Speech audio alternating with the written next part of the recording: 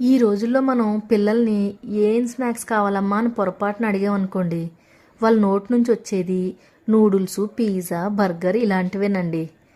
మన చిన్నప్పుడు అసలు ఎంత మంచి హెల్దీ స్నాక్స్ తినేవాళ్ళమండి. అలాంటి ఒక హెల్దీ స్నాక్స్లో నేను ఇప్పుడు మీకు ఇంటిలోనే ఈజీగా ఎలా చేసుకోవాలి అనేది చెప్పేస్తున్నాను, చూసేయండి.